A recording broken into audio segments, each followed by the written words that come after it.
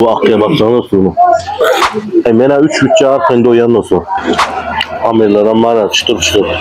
Oğlum Naim abi fitçi getirsene. Hemen getiriyorum. Evet.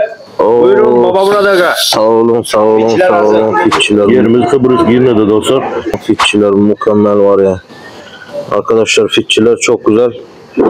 Şöyle hadi ben size bunu ilk korkuzun işten açık olsun hemen dostlar. Mena 3 bütçe kendi oyan nasıl? Sizlere 2 sansam yeter bence.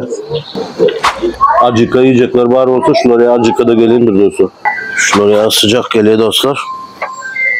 İçin korkuzu bilen. Amirler var çıtır çıtır. Loşkada adam var ya ben loşka kullanmayan dostum. Su akıya baksana sunu. Yerimiz Kıbrıs Girne'de dostlar.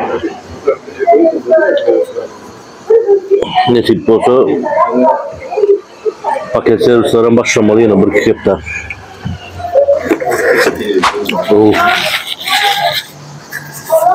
Bunların yemekten hakiki lezzet aldım şu an. Üstünden mara değil, çay, gök çay, su. Başka da bitmez. Ayran mayran da olur. Gök çay, su yiyeyim onu.